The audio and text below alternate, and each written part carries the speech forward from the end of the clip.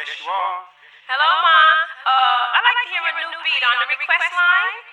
Okay, you got it coming up. By the early 2010s, dubstep had emerged as a force in electronic dance music. Having evolved from its underground roots into a global phenomenon, the genre's signature heavy bass lines, methodical rhythms, and dark atmospheres had captured the attention of mainstream audiences. However, this popularity marked a significant departure from dubstep's humble beginnings.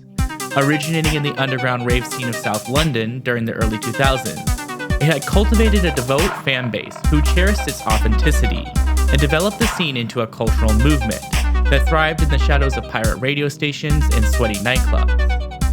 Through these changes, a pair of the genre's early pioneers were at the center of its growth, through their innovative productions, influential DJ sets, and their wide-reaching radio shows.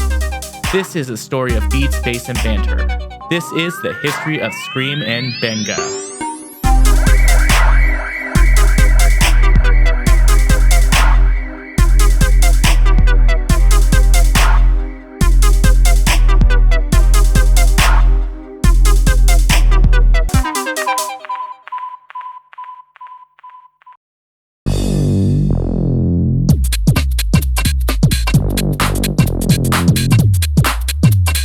By the late 90s, UK garage music had begun to dominate the London club scene. A genre known for its fast-paced, two-step beat, shuffled rhythm, and emotional vocals, it soon became associated with the excess and extravagance of the late 90s club culture.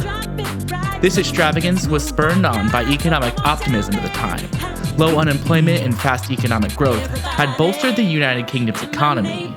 In response to this euphoric exuberance, several DJs and producers began looking for a darker, more introspective sound. Artists like LB, Zed Bias, Oris J, and Steve Gurley began to experiment with these sounds. In 2001, Ammunition Promotion would begin hosting a club night at the Velvet Rooms in London called Forward, which would give a platform for these new darker garage sounds and birth the underground following that would later develop into the dubstep scene. Okay, so for the uninitiated, yeah, it's a club night in London which basically just focused on underground music as a whole. It's, people who run it was like people who run Tempo, which is the main dubstep label, which I'm signed to. And yeah, it was just a place where you went to hear. It was the people who wanted to hear underground. Who, like, you could go to the big clubs and just hear sort of waste music all night, just sort of cheesy vocals and two-step. But then yeah, that was the place to go for underground. Outside of Forward, the other big force supporting this new underground sound would be Big Apple Records. Located in Croydon, south of London, and run by DJ Hatcher and Artwork, the store would transition to selling garage music during the late 90s. As the new, darker style of garage music would emerge, DJ Hatcher would become a champion of the sound by stocking it in the store and playing it as DJ sets at Forward. However, these darker sounds still remained relatively underground. The fact was that Forward only had a capacity of about 150 people, and Big Apple Records was one of the few places selling these songs. So the spread of these new sounds was relatively slow. Around 96, John became sole partner and invited his friend Arthur Smith, who we all know as the master that is Artwork, to take the top floor of the building and make it into his studio.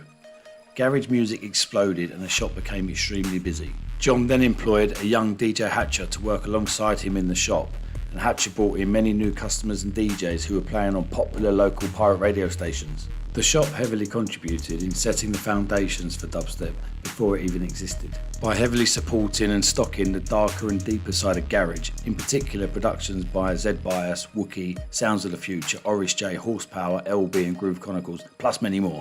This darker garage, in turn, inspired many of Apple's younger customers into making this type of music, including Benga and Skream, who both started shopping at Apple at a very early age. In the early 2000s, Skream and Benga would both be drawn to Big Apple Records. Skream through his older brother, who was an employee, and Benga through his older brother, who was an MC and regular at the shop. The pair were encouraged by DJ Hatcher to begin experimenting and making their own original music. Interestingly, they would both begin making music on a music-making program/game for the PlayStation called Music 2000. Skream and Benga. Cool, I could start and be here all day about them two troublemakers. Blinding kids, wicked really, nice kids growing up, really talented in the studio. You know, when they got into their producing, when they was like 14, 15, they was produced 13, even 12, 13, they was producing on PlayStation. There was a program coming out called Music 2000. And they was making their music on there first, bringing it in on mini discs and tape. Me, this were cool at the time. It just come out. It was like cutting edge technology that lasted 10 minutes. We didn't have burn CDs either. Like, we didn't know about burning CDs. No, you couldn't. How could we? Like, we couldn't get PlayStation music onto CD, could you? Yeah, and you had to like record it like almost analog style. Eventually, Skream and Benga would move over to Fruity Loops, and in 2003, Big Apple Records would release a 3-track EP featuring their collaborative track called The Judgment, as well as 2 other individual productions. Being one of their earliest works, The Judgment would be an example of this darker style of garage music, featuring a dark, haunting chorus contrasted against a syncopated garage-style percussions and a wavy, wobbly style of bass line on the drop.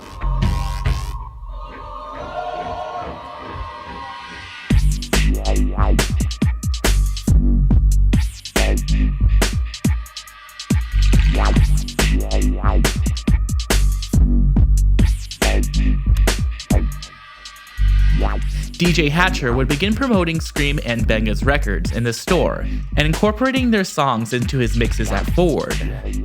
It would be around the same time in 2003 that fellow Forward resident DJ Code 9 would become a host on pirate radio station Rinse FM, where he would frequently feature many of his fellow Forward resident DJs as guests on his radio show. This would help give a boost to the reach of these proto-dubstep tracks and DJs.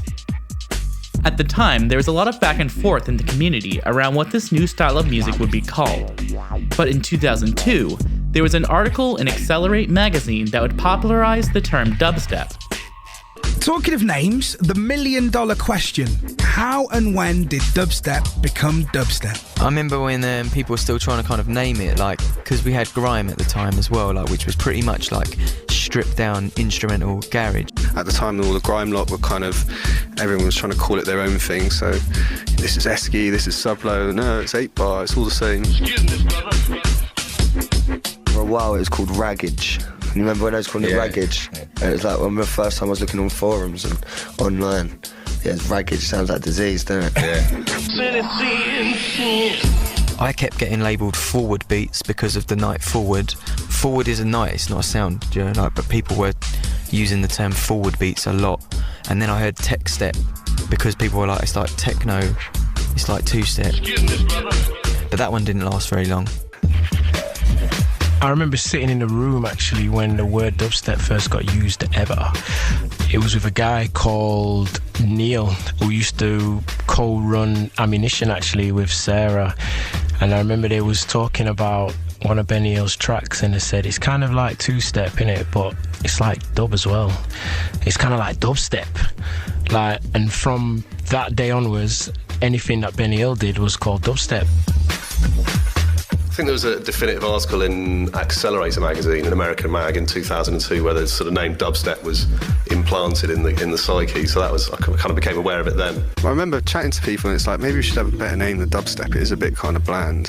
It was like, nah, well, you know what? The ethos of what dubstep means, the step, I guess, coming from the 2-step, the garagey kind of side of things, and dub meaning the kind of instrumental exploration of like a deep space rather than just straight up, here's a reggae sample, this is dubstep. You know, I still kind of like the ethos of that, and I think it's open. It doesn't have to be any one thing. It could be like different tempos. It's just something with a kind of dub vibe. By 2003, dubstep had proliferated beyond just South London, as the regulars of Forward and Big Apple Records would splinter off and begin hosting their own dubstep nights and producing their own music. A couple examples of these new dubstep nights would be Filthy Dub Co., presented by Plastician, and DMZ, which was hosted by Digital Mystics, which was a collab of Mala and Koki. Some other producers that would begin to pop up around this time would include N-Type, Walsh, Chef, Lofa, and these artists would begin to put their own spin on dubstep. Digital Mystics, aka Mala and Koki, along with Lofa and MC Sergeant Pokes, brought new influences into the scene. They grew up on jungle, reggae and dub and the whole sound system culture. Mala, Digital Mystics, DMZ and Deep Medi. Myself and Koki and Pokes, when we were younger, we all used to MC. We used to MC at like under 18 jungle raves when we were kids, and there'd be parties on in our area every weekend, so we'd go to the parties and, you know, we'd go and MC, and that's how it was. And then when we got to 16, that's when we met Loafer. We set up like a little crew and we'd jam in our bedroom and make mixtapes and play at parties, the same thing. Me and Koki went down to Big Apple Records with a couple of records that we made. And Hatcher was like, I can play this. And we were like, what, you can play it? And he's like, yeah, I can play it at this dance forward, da-da-da-da. You know how Hatcher is. Anyway, he cut dub plates, he played the records, and it was one of those mad things that you could never imagine that would happen to you. But people actually responded to the music.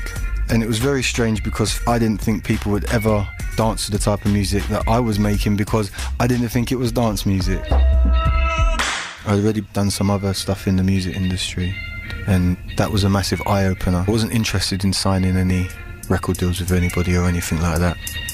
That kind of gave me the fire to want to set up my own thing. Many of these new dubstep nights would continue to feature both Skream and Benga, as the pair would continue to release music. In 2004, the pair would release another collaborative EP with their tracks Hydro and Electro, and these tracks would have moderate underground success in the dubstep community. However, the next year, in 2005, Skream would release his song Midnight Request Line, which would be one of the first dubstep tracks to cross over and find success in the wider dance music scene. The song is iconic for its mysterious floating melody over a deep and ominous sub-bass. The song eventually drops into a deep, plucky bass line that sounds almost like an 808 drum. So how about tell us a bit about Midnight Request Line? I hear that you nearly didn't do anything with it. No, I'd done it like literally 2 Christmases ago. I was just bored of the festive season, and I sat down and just wanted to do something a bit different. It started off, which is weird, I don't really tell many people, it started off as a grime thing, but then I went a bit more deeper into it, and I gave it to a couple of people, and everyone was a bit like, because it was the first time I'd really gone, like I'd started like doing the arpeggiator type thing, and I think it took people quite a while to sort of accept it. And then like about a year, 2 years later, youngsters started playing it at Forward, and then it all started going from there. Like when I was playing it and it was sort of starting to get good reaction, and then where youngsters started playing it, it was getting more reaction. And then like Roll Deep, who were like quite a big grime sort of crew in England, were hammering it, which helped sales quite a bit. And then like Ricardo Villabolos, techno DJ, was playing it, Giles Peterson was playing it. Like there was just people that I'd never even heard of before that was playing it, and then I was finding out after how respected they are. And then the track's done me blindly. By 2005, dubstep had caught the attention of the wider UK dance music scene, and in particular, it was noticed by BBC Radio 1 DJ Marianne Hobbs, who in January 2006 would host a dubstep showcase called Dubstep Wars, featuring Digital Mystics, Skream, Code 9 and his MC Space Ape, Vexed, Hatcher, Lofa, and Distance. She would also bring the Dubstep Wars show live to Sonar Festival in Barcelona to more than 8,000 people. This would be a landmark event for dubstep, as it gave the emerging genre an amount of legitimacy and reach that it had never seen before, as it was being played on the biggest radio station in the UK. You know, we were playing at DMZ for a little while. DMZ popped up, that started to like build, and that was like outside of Forward. That was one of the first nights that got established and built a little bit of a community around it, and the community started to get a bit bigger than just 50 to 100 people coming to Forward every month, because that's all it really was, to be honest, as well. Yeah. And then when DMZ started happening, slowly things started to pick up, I think, for all of us, until obviously that I managed to get myself on Radio 1 around the same time, and then the Marianne Hobbs thing happened, the Breeze Block Dubstep Wars special, and then after that everything went mad. And I'm sure around that same time, I mean, me and you, we got to tour, didn't we? We went on did a few gigs with Marianne Hobbs in like Belgium and that, which is another gig we probably can't talk about on the stream.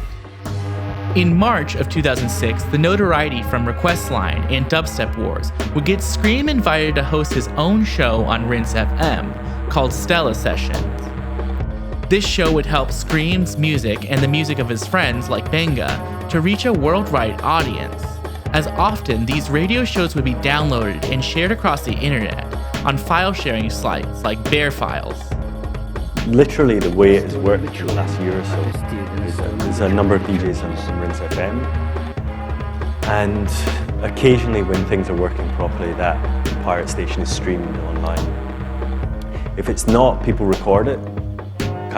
People record your show immediately after it's gone out live to the local area, and there's a website called bearfiles.com, which is this huge archive of grime and dubstep radio shows. And that kind of connection between the local pirate radio station and a web archive of all the mixes has kind of been quite an amazing fuel injection to how the music has spread. By 2006, dubstep had made a name for itself in the dance music scene, and Skream and Benga would solidify themselves as pioneers of this new genre. But over the next few years, both them and the genre of dubstep would continue to grow to new heights.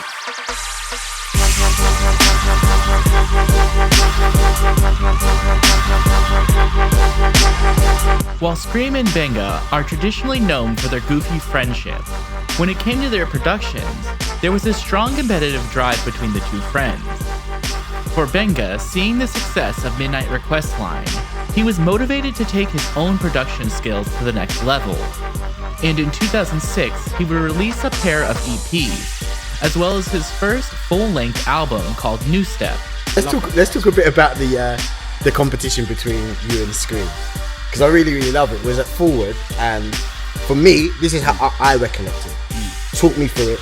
I might have it wrong, but he just come out with a stinker, and I remember you're not the guy to just yeah, okay. It's like, I kind of remember there was a shift from, it was almost like, okay, you jabbed me.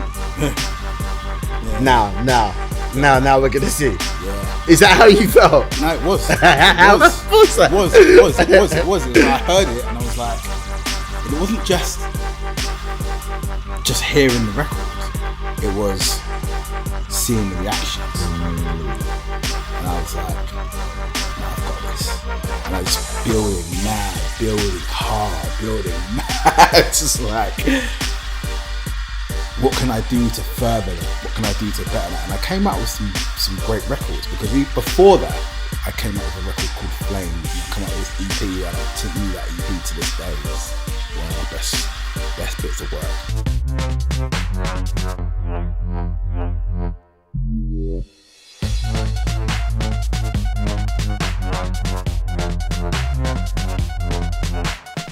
But yeah, I've come out with some wicked records before, but then he came out with Midnight Requestline, and I met this guy called Chris Blackley, and he was like, you make so much music, why don't you put some of it out? I'll do a CD with you. Serious? Yeah. I didn't even know this. Yeah, so that's how New Step came out. Wow, I didn't know that. Russ, okay, fair enough. So I just designed the CD cover on Photoshop, and then sent him all the files and all the music. He got it mastered. Yeah, I think he got it mastered. Then he just put it on CD. And wow. We sold them ourselves. While the album did not receive a lot of critical acclaim, it is interesting from a structural point of view. Unlike many of his early tracks, the tracks on this album had largely moved away from the garage two-step rhythm that was prominent in early dubstep music, and were replaced with more kick-snare patterns that dubstep is well known for now. One example of this is the track World War VII with Koki.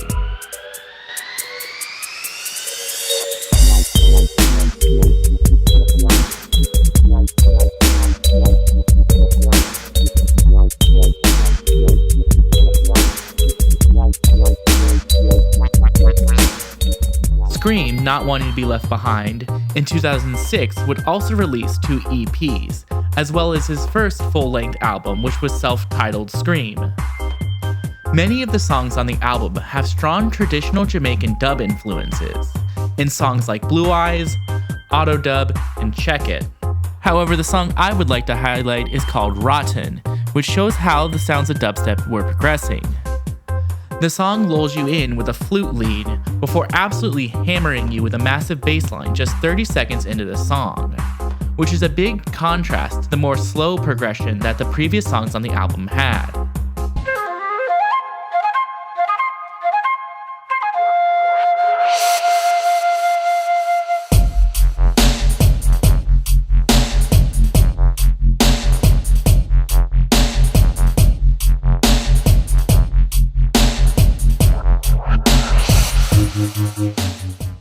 While Skream was catching up with Benga by releasing an album, Benga would do some catching up of his own by scoring his own crossover hit with his collaboration with Koki called Night.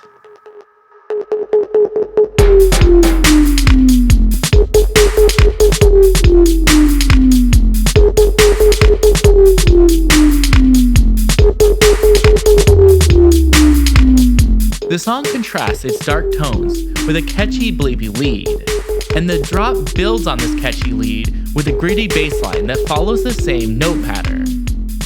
However, the song stood out from some of the earlier styles of dubstep due to its higher level of energy, and it represented an ongoing trend in dubstep, where producers were beginning to make dubstep with more energy, faster wobbles, and heavier bass lines. The song would be picked up by DJ EZ, who was playing on Kiss 100, which was a major UK dance music station, causing it to be known as one of the more popular dubstep tracks at the time. So what kind of, this record has sort of burst out of the dubstep scene to a certain extent, hasn't it? It's moved out. There's been people in Mali are playing it. The grime lot seem to have somehow adopted it. It's been played by all sorts of different people. What's happened with it? Well, as far as I know, it first went out to Skepta from Boy Better Know. I think they went out with it to Malia and Iron Appa. What I heard was EZ got hold of it and he played it as his last song. Because he was more on the vibe that what is this? He more played it as something weird at the end of his set, not because it hit him directly and he thought this is the song. It created a vibe like how it was in dubstep, and that's how it is. That's why it's where it is today. But I don't know. And also, I don't know, someone was telling me about people posting up YouTube clips of people going absolute, like people who aren't in the dubstep scene, who aren't necessarily that bothered about it, going absolutely mental to the tune. Yeah, I saw that myself, and it always shocks me when I see people from different genres going mad to a song, but it almost makes sense with the hook.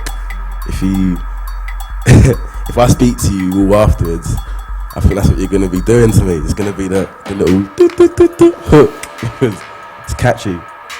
And there was a funny story, wasn't there, about Skream ringing you up because he'd seen a whole busload of people in Israel at him. It's universal language, that little noise. So I don't know. Skream and Benga, along with the entire genre of dubstep, continued to build their legitimacy. In 2007, Skream would be invited by Pete Tong to DJ an Essential Mix on BBC Radio 1. For those who are unfamiliar, the Essential Mix is a radio show that has been going on for over 30 years, where invited DJs are given a 2-hour uninterrupted block to showcase their music, and being invited to spin one might be a high point in an artist's career. Pete Tong introduced Skream with the following. Welcome to the Essential Mix on BBC Radio 1 with me, Pete Tong. This is the place where we showcase the world's best DJs and producers. This week we go with a young producer who's mixing up a storm and changing the course of urban music. And he's someone tipped by our own Marianne Hobbs. He's the 21-year-old South Londoner who, with his contemporaries like DMZ and Radio 1's Plastician, have rammed home one of the capital's most exciting new sounds in recent years. We're talking about dubstep.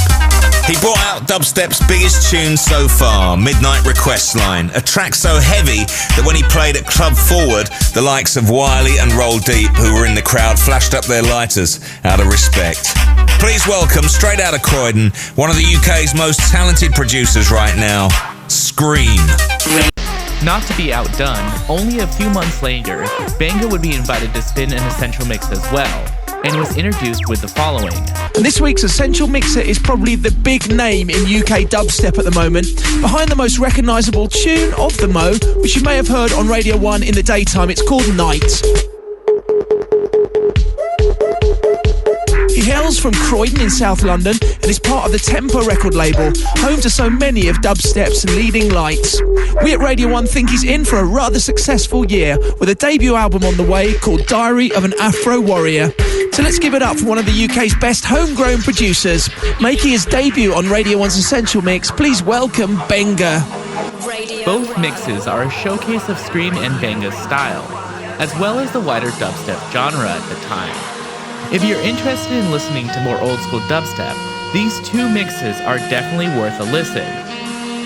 As mentioned in the introduction to his Essential Mix, Benga would release his second album called Diary of an Afro Warrior. This album was highly anticipated and featured Benga's higher energy and more electro-sounding style.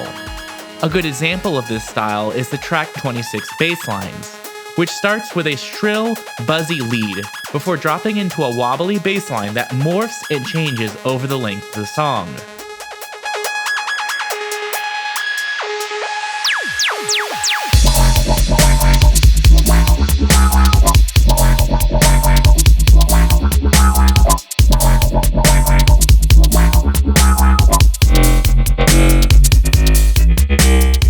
One song that caught my attention from the album was the opening track, 0M2, which also was frequently used by Benga as the opening for his DJ set. The song has a chill, slow-building, jazz-inspired introduction, before dropping into heavy dubstep wubs at the midpoint of the song. These jazz influences pop up in a couple other places on the album, like on tracks Before the Duel and Emotions, and it is interesting to see dubstep evolving and pulling inspirations from multiple styles of music.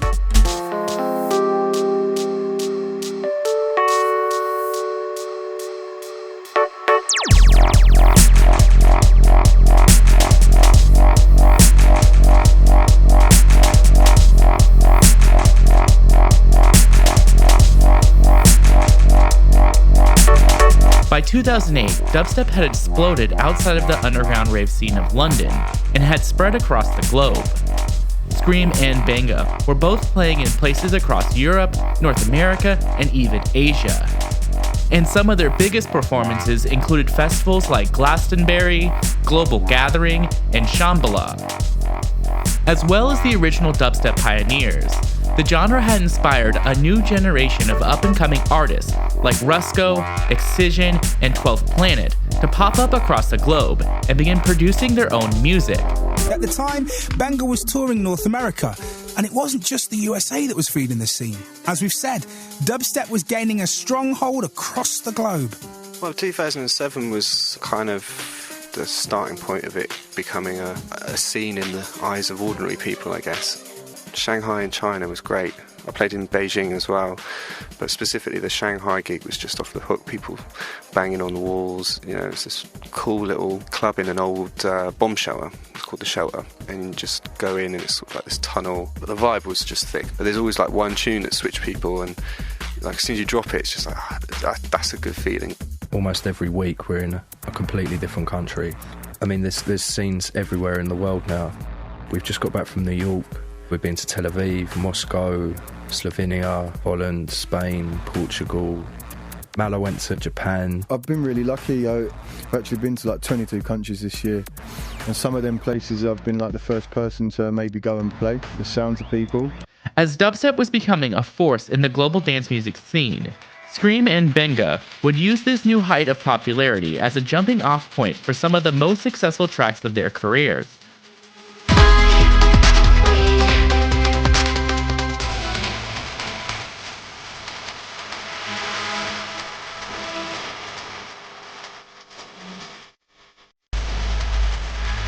As dubstep rose into the mainstream consciousness, both Skream and Benga would have the opportunity for their music to reach wider audiences.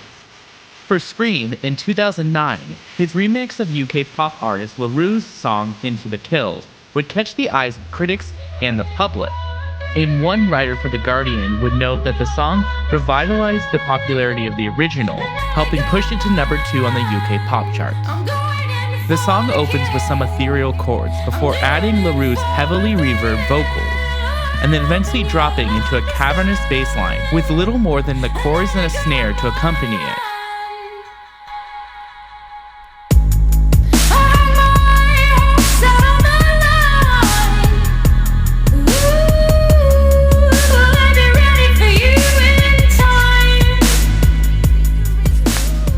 For Benga, not wanting to be outdone, his major mainstream hit would come in 2010 with his collaboration with English singer Katie B, called Katie on a Mission.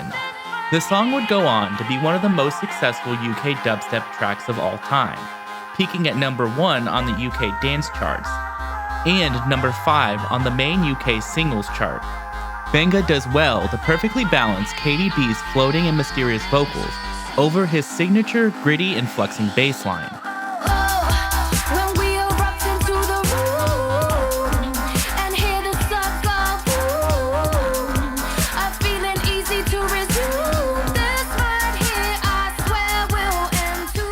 Despite their friendly competitiveness pushing their careers to new heights, Skream and Benga would actually team up with one of their old friends from Big Apple Records, Artwork, to take the next big step forward for dubstep by forming the supergroup named Magnetic Man.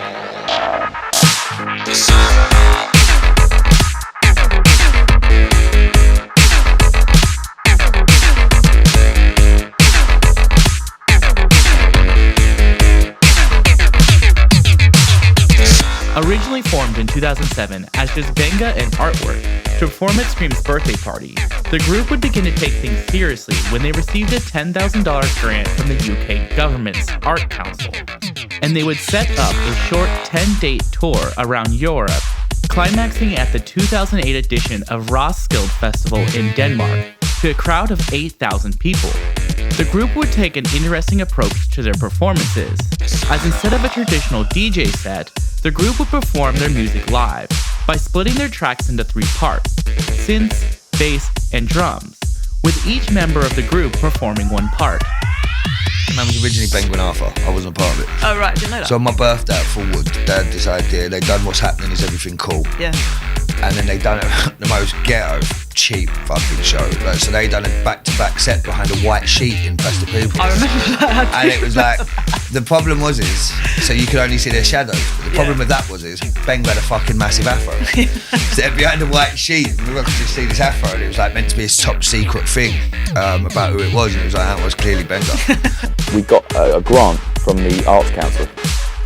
Our management had someone they knew there, and this was back in the day when the Arts Council actually had some money. You know, the government would give them some money and make people go out and do artistic things. And so we got 10 grand, and that gave us enough money to buy some better equipment and enough money to hire a tour manager and a bus.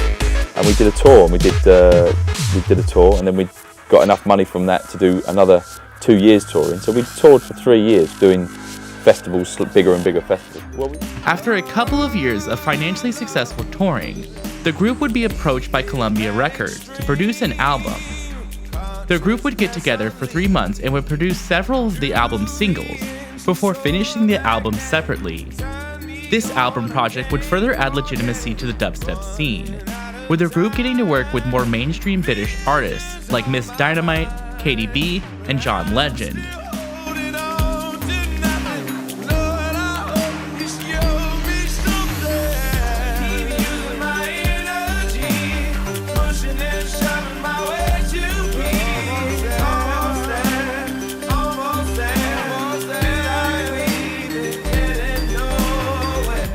While not pop music, the album would have mainstream success in the UK market, peaking at number 1 on the UK dance album charts and number 5 on the main UK album charts.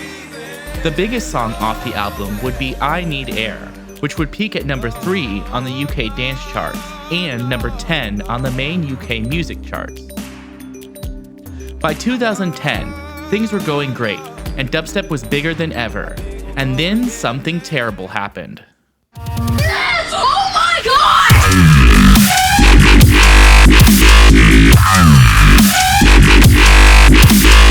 While I joke, retrospectively, many people have identified this song as the symbol of dubstep changing from an underground culture focused on bass-heavy wobbles and dark vibes to a mainstream music genre known for its screeching sounds and high-energy growls. While Scary Monsters was undoubtedly an incredibly influential track, it was not solely responsible for the changes in the dubstep scene. In my opinion, I think this was a process that was ongoing for a long time, even as far back as Skream's Midnight Request line and Benga's Night. Producers in the dubstep scene were continuously looking to get bigger and bigger reactions from the crowds with their music. This, combined with several other factors like the UK smoking ban and dubstep's integration into major festivals that incentivized dubstep DJs to play this harder style of music and keep the attention of the crowd, who would be now looking to leave to go smoke or to other stages. Like, the thing is, what people forget is our DJ shows have always been the same. We play high energy, aggressive music. Yeah. And it was only because the influence of especially when the sound in America blew and that become very dominant. It was like then that was blasphemy. Oh, you can't play that. You have to play everything with no mid range and just sub bass lines. And it's like, but we didn't do that in the first place. It's like it's kind of what we've always done. It's why changed anything. We influenced America heavily. Like we was like the first people to go out and play dubstep shows out there. So it's like it goes hand in hand. Right? For Skream and Benga, they would be relatively supportive of this new phase of dubstep's evolution. Skream would say in an interview with Quietus that he likes Skrillex's music, and in an interview with Vice, Benga would describe him as sick. The pair would take inspiration for this new wave of dubstep and incorporate it into their own music, with songs like Skream's Inhumane and Benga's Any Steppers.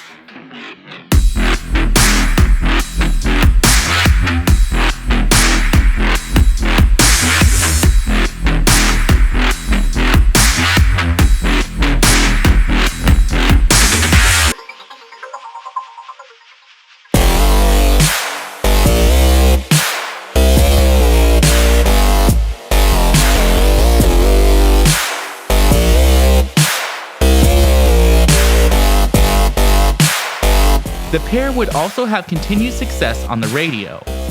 In 2011, the pair would be invited to be monthly hosts of the BBC Radio 1 program In New DJs We Trust. And in 2012, they would be given a 2-hour weekly time slot for their Skream and Benga show. Hi, I'm Skream.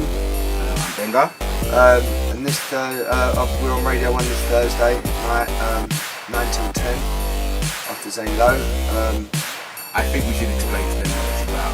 We have to keep it very serious. Yeah, we've got a really serious show this Thursday, so we're talking about some politics and what we're about now in the song.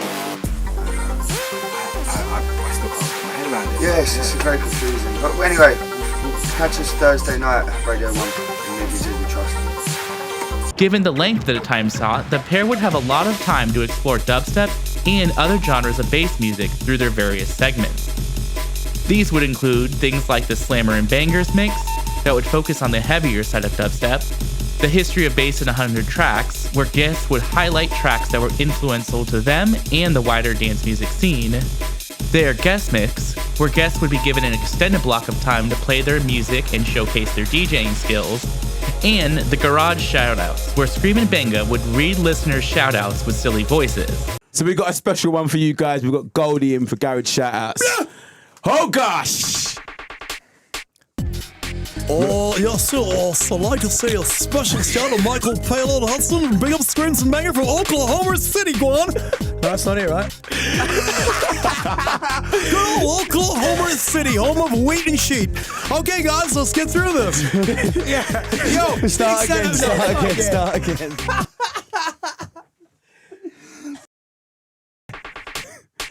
Out to the Rush J Platt. OMG.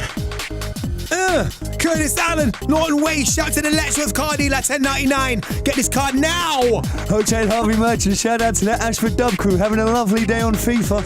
Shout out to the MC Bone, hashtag raise up. Oh gosh. Oh, shout to the Ginger with blasted aliens, Colonial Marines on Friday. I have no life. Hotel David Benham, shout out to MC Bone. Out to the Harvey Merchant. Shout out to all the Ashford Dub crew. Having a lazy day of FIFA. Jack Marks! Yeah, big shout out to Lewis on his birthday. See, sound, man, sound! Shout out to Danny Scares. Massive shout out to Danny Scares on the Normie. Big shout out to the Brendan in New York. Oh gosh. Sabina, Bubba, Nira, say hi to Knockout Kana. I'm all out. I'm out of shouts. Right, I'm gonna run this. I'm gonna go in deep. Out to the Alex Partisan.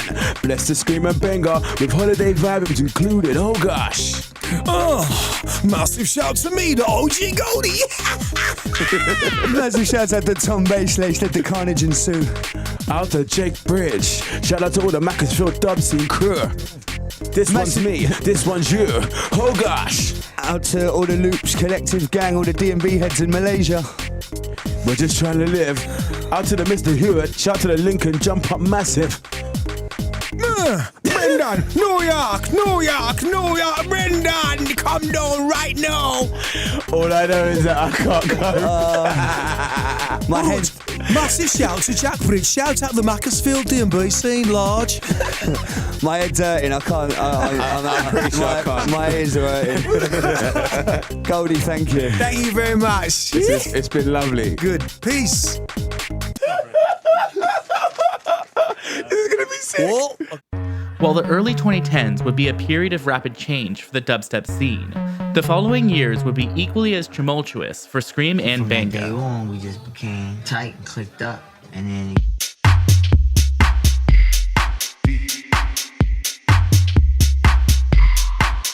While Skream and Benga were initially supportive of the change in the dubstep scene, they were beginning to feel pressure from audiences and fans to shape their music production and DJ sets to fit more tightly into the changing dubstep box.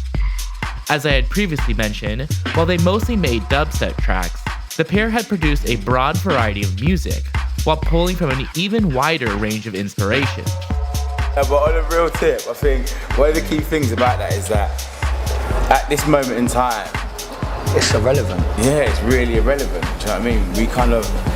We're doing something new now. We're always trying to push new directions and make sure that we stay ahead for us to be looked at as the people that kind of started it, and that's what we will concentrate on. The problem is people want us to play, although the thing is they don't want us to play music that was made in 2004 and 5, but they'll soon go.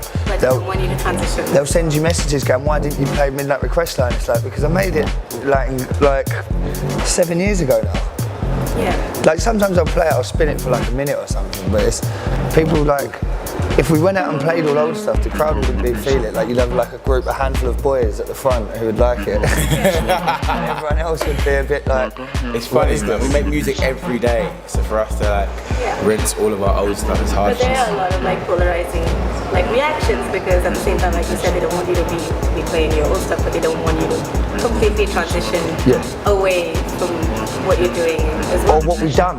That's the thing, it's not what we're doing, it's what we've done already. And that's, you've got to think, we was 14 and 15 when we started making them tracks, and like we was peaking, we was having like smash records when we were 16 and 17, and like that's 10 years ago. So it's like, if we didn't progress in 10 years, it'd be really worrying. These tensions would lead to controversy for Benga in 2012, when he would be quoted as saying that he didn't want to be part of dubstep anymore. He would later go on to clarify that in order for him to remain creative, he didn't want to call himself a dubstep producer. Through the whole lot of playing dubstep, being part of dubstep, and that comment, it's just going to start at the beginning really and just say I've been doing it for 13 years and playing to crowds and crowds of people for about 10. And I've just witnessed every crowd at its beginning. So I kind of get it that it's moved on a lot from what it was in the beginning. I mean, it's just got harder and harder and harder and harder. I don't mean in terms of sets, I just mean in terms of music and how aggressive it is. It's just got more and more aggressive. And me saying that I quit dubstep wasn't really a reference to that. It was just for me as a person. I'm trying to open my head up in the studio and it feels so locked. Because every time I get in the studio, it's just like, I just make 140 music all the time and just stick to that kind of tempo between 140 and 145. And it's quite important for me to kind of just listen to myself on that. So I would start making 120. I'd made an album at this point, and I'd made stuff at 170, 120. And going back to the album, I've got one song on there that's 170, and one song on there that's 120. When I've made about 25 at these type of tempo ranges, my head was so stuck at 140 that I picked maybe 12 songs that were at 140. And it was just like crazy. So I just had to, Always the competitive type and not wanting to be left behind, Skream would generate his own controversy in 2013 when the Daily Star would incorrectly attribute a quote saying that dubstep was dead. He would later clarify his statements to say that he too felt lack of inspiration from the dubstep scene. That wasn't actually what I said. It was the original foundation feeling that we had when we was making the music. It wasn't for big rooms, it wasn't for festivals, it was for small dingy clubs with big massive sound systems. I fell into the trap of playing shows like that, and I got to the point where I had to play certain records, and I was never about that. And it got to the point where I felt like a robot, just playing records what everyone wanted to hear rather than sort of playing records that people hadn't heard, which is what I always used to do. When I used to play dub plates, I just used to play my own records, like brand new stuff no one had heard, and it got to the point where I found myself starting to play records that I didn't necessarily like, and that's when it kind of becomes meaningless. I wasn't feeling inspired anymore. My main thing is I'm a producer, and you need to be constantly inspired by what's going on around you, and if it's not, you find it hard to be inspired. So I probably would have stopped making music because I would have just had writer's block. That's what I kept finding more and more, that I was getting writer's block a lot more. And I only used to get it once every 2 years, writer's block. It would be like a real horrible 2 weeks where I'd be like depressed because I couldn't make any music. In 2012, we would begin to see these changes in inspiration for Skream in his Skreamism Volume 7 EP, where he would include a house track called Sticky.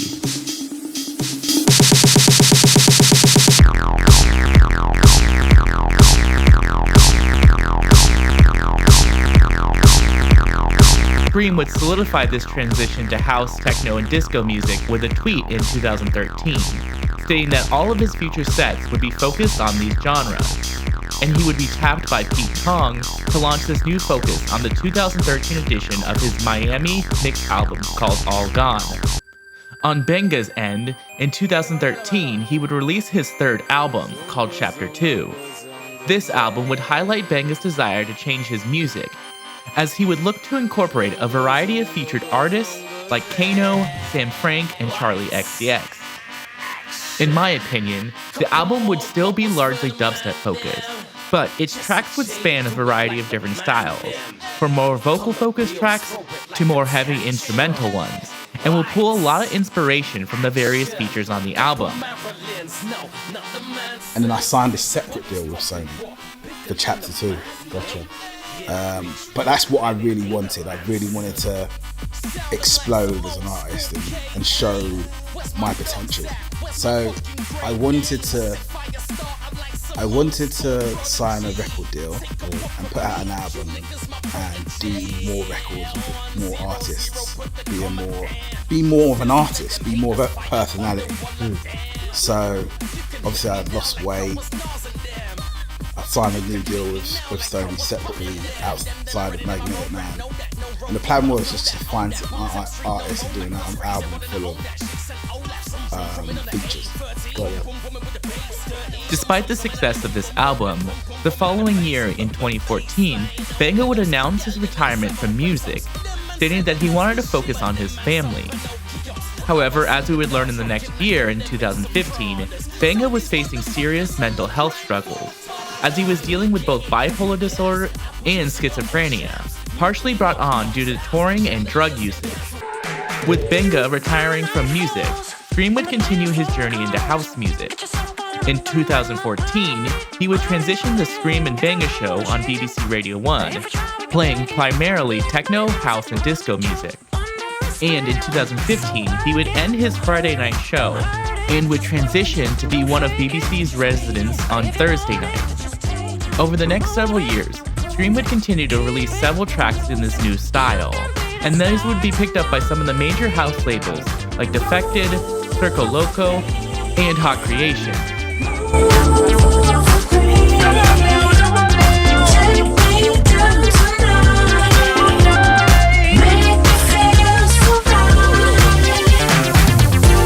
Happily, in 2018, Benga would reunite with Skream on his BBC Radio 1 show, where they would discuss some of his struggles with mental health.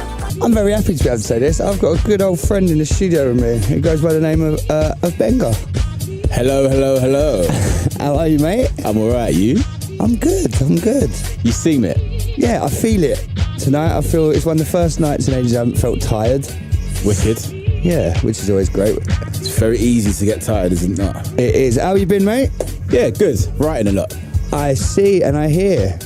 You hear? Yeah, what you been writing? Future funk. Future funk, see, I want to talk to you about this. Last time I see you come over to the studio. Yeah. You was playing me some like analog 80s jams. Yeah. So you switched it up a bit.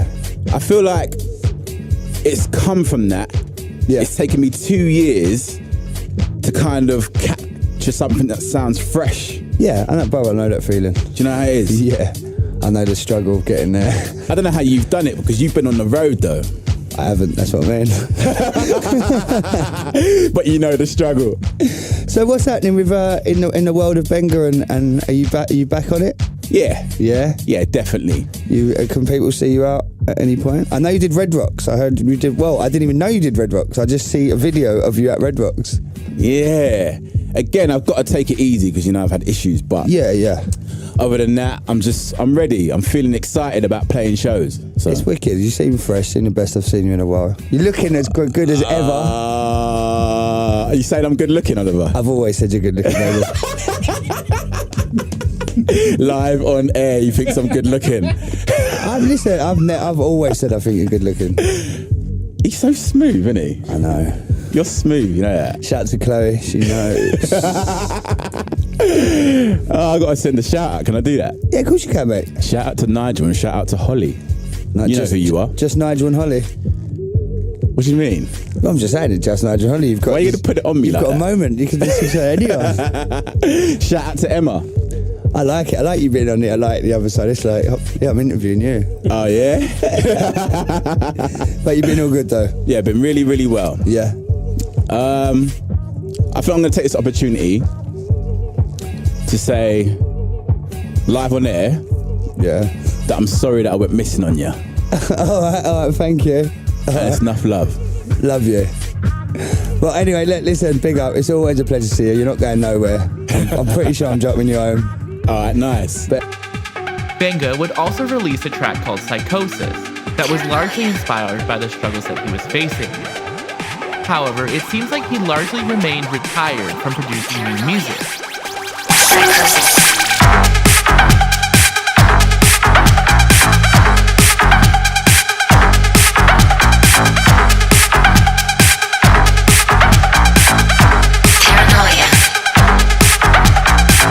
One interview from Skream that I found did seem to hint that the pair was trying to do a reunion show.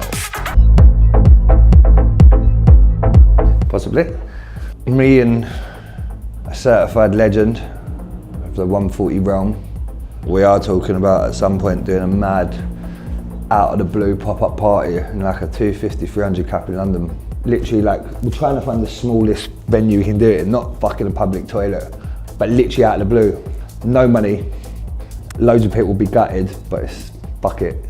However, the pair would eventually play on the same stage again, when in 2023, the pair would perform at Fabric in London, before announcing a multiple-date US tour, including a date at the Coachella Music Festival in Southern California. But Benga ran into visa issues, and at the moment, this tour seems to be put on pause.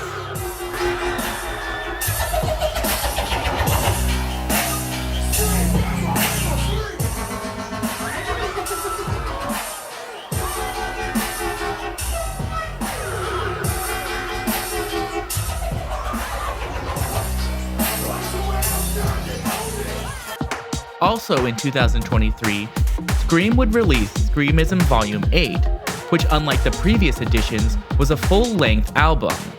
Initially, I hadn't heard anything about this album before listening to it, and I was really surprised at how good the album was. In my opinion, it was probably one of the best dance music albums of the year. Skream has perfected a mix of bright chords, soulful vocals, against dark, gritty bass lines and syncopated breakbeat drum patterns. The album feels like it's painting with some of the brightest colors, while mixing some of the darkest blacks and grays, in a way I don't think I've heard before. So needless to say, you should give it a listen.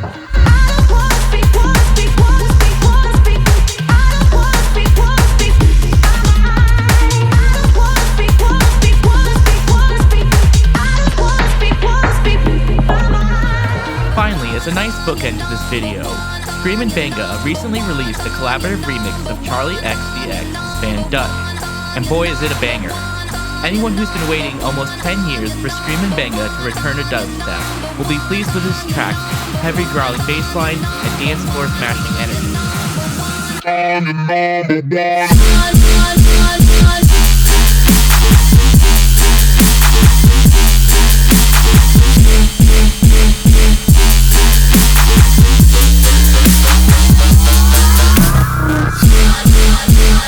What's up, ravers? Thanks again for watching another one of my videos. If you made it this far, you might as well give it a like and, maybe subscribe to the channel. It wouldn't hurt at this point. And, if you have any comments, leave them down below. Maybe let me know what's some of your favorite classic dubstep tracks. Or, if you have any recommendations on future artists or genres you think I should take a look into, like I said, just leave a comment down below. Also, I kind of wanted to start including some recommended listenings at the end of these videos because there's a lot of content that I can't get around to. And, if you're interested in learning more, these would be some great recommendations to listen to. First off, if you want to learn more about dubstep history, I highly recommend listening to the Mr. Jam's History of Dubstep show. I referenced it a couple times in the video, and it goes into a lot more detail on some of the other pioneers of dubstep.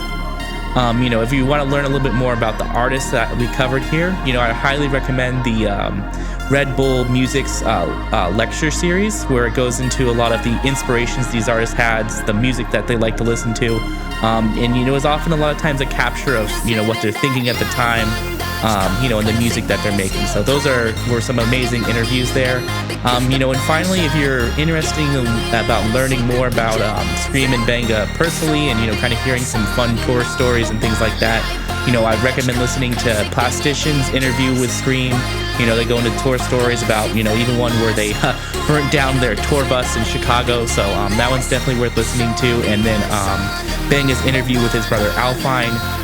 It's obviously really cool to see those two guys talk about their history and their stories and things like that. So, highly recommend all of those. I'll have those links down in the description for you to check them out.